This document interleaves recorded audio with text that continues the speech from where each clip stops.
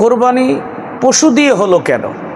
পশু ছাড়াও তো অন্য কোনো জিনিস দিয়ে কোরবানি করা যাইতো, কিন্তু পশু দিয়ে করা হলো কেন? একটা গরুতে, একটা মহিষে, একটা উটে 7 জন কোরবানি দেওয়া জায়েজ আছে। রাসূলুল্লাহ সাল্লাল্লাহু আলাইহি ওয়াসাল্লাম বলেছেন, আল বাকারাতু আন সাবআতিন ওয়াল জাসুরু আন সাবআতিন।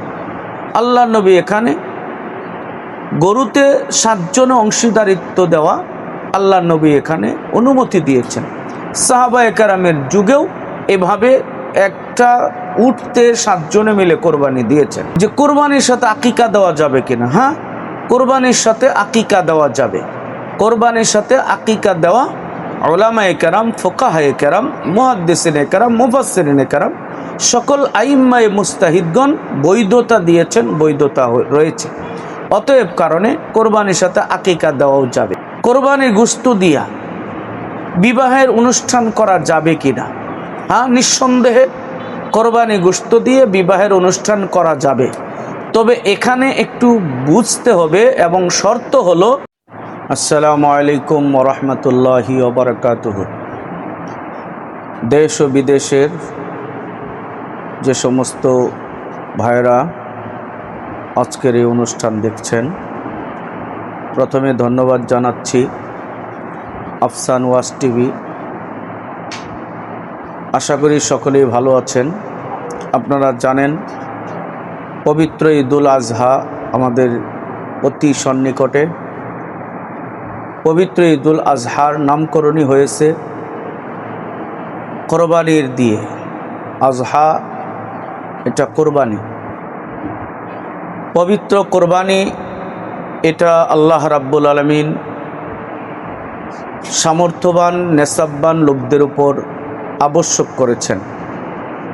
কোরবানি এটা কার্বন থেকে নৈকট্য হাসিল করা, আল্লাহ রাব্বুল আলামিনের নৈকট্য হাসিল করার একটা মাধ্যম। কোরবানির ব্যাপারে আল্লাহ নবী সাল্লাল্লাহু আলাইহি ওয়াসাল্লামকে সাহাবায়ে কেরাম জিজ্ঞেস করেছিলেন, মা হাদিহিল উযাহিয়্যু ইয়া রাসূলুল্লাহ, হে আল্লাহর রাসূল, এই কোরবানিটা কি? নবী করিম সাল্লাল্লাহু আলাইহি ওয়াসাল্লাম উত্তরে বলেছিলেন, ওয়া সুন্নাতু আবিকুম ইব্রাহিম আলাইহিস সালাম, এটা হলো তোমাদের পিতা ইব্রাহিম আলাইহিস সালাতু ওয়াস সালামের সুন্নত। সাহাবায়ে কেরাম আবার জিজ্ঞেস করলেন, ফামা লানা ফিহা ইয়া রাসূলুল্লাহ, হে আল্লাহ রাসূল, এই কোরবানি দিলে আমাদের কি লাভ হবে? নবীজি সাল্লাল্লাহু আলাইহি ওয়াসাল্লাম উত্তরে বললেন, লিকুল্লি শারাতিন হাসানা,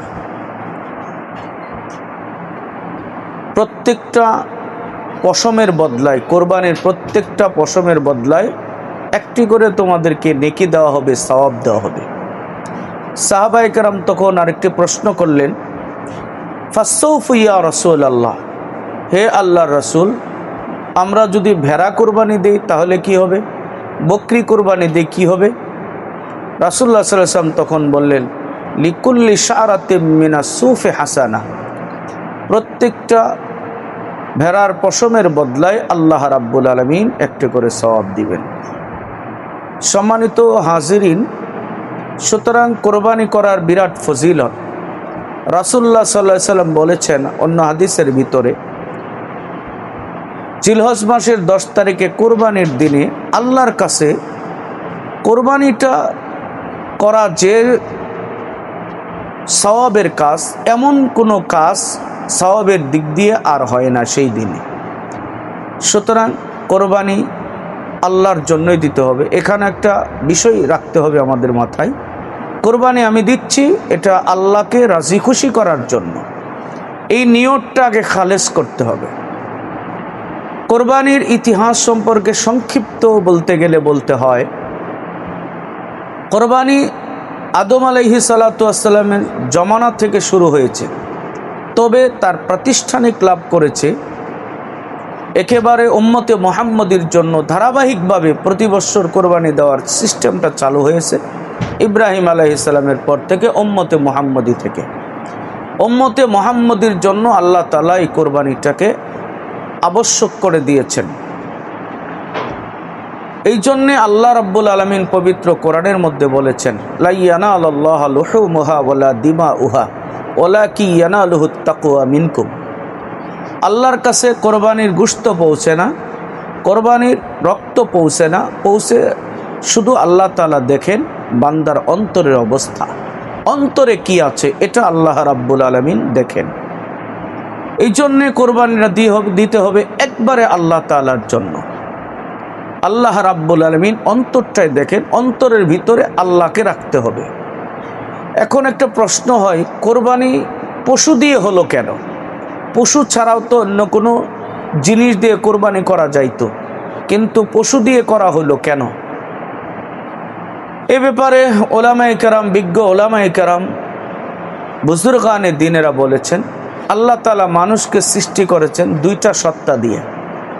একটা হলো মানুষত্বের ফেরেশতাদের আখলাক দিয়ে, ফেরেশতাদের স্বভাব দিয়ে সৃষ্টি করেছেন। আরেকটা হলো পশুত্বের স্বভাব দিয়ে মানুষকে আল্লাহ তাআলা সৃষ্টি করেছেন। এই দুইটা স্বভাবের মধ্যে যার ভিতরে যেটা প্রাধান্য লাভ করবে সে সেরকমই হবে। অনেক সময় পশুত্বের স্বভাবটা বেশি গালেব হয়ে যাওয়ার কারণে মানুষ পশুর মতো হয়ে যায়, আবার ফেরেশতাদের স্বভাবটা গালেব হওয়ার কারণে মানুষ ফেরেশতার মতো চরিত্রবান হয়ে যায়, আখলাকওয়ালা হয়ে যায়। আল্লাহ তাআলা এখানে পশু কুরবানি দিয়ে এটাই বোঝাতে চাচ্ছেন, মানুষের ভিতরে যে পশুত্বের চরিত্র আছে, পশুত্বের যে খাসলতটা আছে, এই খাসলতটা যেন মানুষ দূর করে দেয়। পশু কুরবানির মাধ্যমে ভিতরের পশুত্বের স্বভাবটাকে যেন চিরতরে শেষ করে দেয়, কোরবানি করে দেয়, নিশ্চিহ্ন করে দেয়। এই জন্যে আল্লাহ রাব্বুল আলামিন পবিত্র কোরবানির ভিতরে পশু দিয়ে কোরবানি দেওয়ার কথা বলেছেন। এখন পশু কি কি দিয়ে দেওয়া যায় আমরা জানি। উট দিয়ে দেওয়া যায়, মহিষ দিয়ে দেওয়া যায়, গরু দিয়ে দেওয়া যায়, দুম্বা দিয়ে দেওয়া যায়, ছাগল দিয়ে দেওয়া যায়, ভেড়া দিয়ে দেওয়া যায়। এগুলো উটের জন্য ওলামায়ে কেরাম বলেছেন বয়স হতে হবে 5 বছর, গরু মহিষের জন্য বয়স হতে হবে 2 বছর, ছাগল ভেড়ার জন্য বয়স হতে হবে 1 বছর। এই বয়সের নিচে হলে হবে না। তবে আমাদের মাঝে দাঁত হওয়া একটা শর্ত লাগানো হয়, এটা আসলেও ভিত্তিহীন কথা। দাঁত শর্ত নয়, বয়স শর্ত। একটা গরুতে, একটা মহিষে, একটা উটে 7 জন কোরবানি দেওয়া জায়েজ আছে। রাসূলুল্লাহ সাল্লাল্লাহু আলাইহি ওয়াসাল্লাম বলেছেন, আল বাকারাতু আন সাবআতিন ওয়াল জাসুরু আন সাবআতিন। আল্লাহ নবী এখানে গরুতে 7 জন অংশীদারিত্ব দেওয়া আল্লাহ নবী এখানে অনুমতি দিয়েছেন। সাহাবায়ে কেরামের যুগেও এভাবে একটা উটতে 7 জনে মিলে কোরবানি দিয়েছেন। এখানে আরেকটু মাসআলা জানা দরকার যে কোরবানির সাথে আকিকা দেওয়া যাবে কিনা। হ্যাঁ, কোরবানির সাথে আকিকা দেওয়া যাবে। কোরবানির সাথে আকিকা দেওয়া উলামায়ে কেরাম, ফুকাহায়ে কেরাম, মুহাদ্দিসিনে কেরাম, মুফাসসিরিনে কেরাম, সকল আইম্মায়ে মুস্তাহিদগণ বৈধতা দিয়েছেন, বৈধতা রয়েছে। অতএব কারণে কোরবানির সাথে আকিকা দেওয়াও যাবে। আরেকটি মাসআলা জানা দরকার, কোরবানিতে কোরবানির গোশত দিয়া বিবাহের অনুষ্ঠান করা যাবে কিনা। হ্যাঁ, নিঃসন্দেহে কোরবানি গোশত দিয়ে বিবাহের অনুষ্ঠান করা যাবে। তবে এখানে একটু বুঝতে হবে এবং শর্ত হলো কুরবানি যে দিচ্ছে এটা আল্লাহর জন্যই কোরবানি দিতে হবে। কিন্তু এখানে যদি কোনো ব্যক্তি বলে যে আমি বিবাহের অনুষ্ঠানের জন্য কোরবানি দিচ্ছি, তাহলে সম্পূর্ণ হারাম হবে। নিয়তটা থাকতে হবে আমি আল্লাহর জন্য কোরবানি দিচ্ছি। তারপরে গোশতটাকে 3 ভাগ করা মুস্তাহাব করলেন। 3 ভাগ করার পর যে 2 ভাগ তার রয়ে গেল, এই 2 ভাগ দিয়ে সে বিবাহের অনুষ্ঠান করতে পারবে। যে কোনো বৈধ অনুষ্ঠান করা যাবে, কোনো সমস্যা নেই। আরও অনেকগুলো মাসআলা আমাদের সমাজে প্রচলিত নয়। আমাদের সমাজে কিছু কুসংস্কৃতি আছে, সেগুলো আমাদেরকে বুঝতে হবে। যেমন একটা কুসংস্কৃতি আছে যে গোশত 3 দিনের বেশি রাখা যায় না, এটা একটা বিতর্ক মানুষে করে। অথচ কোরবানির গোশত ইসলামের প্রাথমিক যুগে প্রথম যখন কোরবানি হয়েছে, নবীজি সাল্লাল্লাহু আলাইহি ওয়াসাল্লাম 3 দিনের কথা বলেছিলেন। কিন্তু পরবর্তীতে রাসূলুল্লাহ সাল্লাল্লাহু আলাইহি ওয়াসাল্লাম অনুমতি দিয়েছেন 3 দিন কেন, কেউ যদি দীর্ঘদিন পর্যন্ত রাখে কোনো সমস্যা নাই, অনেক দিন পর্যন্ত রেখেও গোশত রেখে খাইতে পারে। এমনকি এক কোরবানি থেকে আরেক কোরবানি পর্যন্তও যদি গোশত থেকে যায় তাতেও কোনো সমস্যা নাই। তবে এখানে খেয়াল রাখতে হবে যে আমি গরিব মিসকিন অসহায় প্রতিবেশী এদের যেন হক আবার নষ্ট না হয়, এদের হক দিয়ে তারপরে রাখতে হবে। শুধু গরিবের হক না দিয়ে সম্পূর্ণ জমা করে রাখলাম তাহলে তো এটা বোঝা যায় আল্লাহর জন্য কোরবানি দেওয়া হয় নাই। সেজন্য এখানেও আমাদের বুঝতে হবে। প্রিয় শ্রোতাবৃন্দ, আপনারা এতক্ষণ যে আলোচনা শুনলেন, আপনাদের বিভিন্ন মাসলা মাসাইল জানার জন্য বিজ্ঞ ওলামায়ে কেরাম, মুফতিয়ানে কেরাম, তাদের কাছে আপনারা বিষয়গুলো জেনে নেবেন।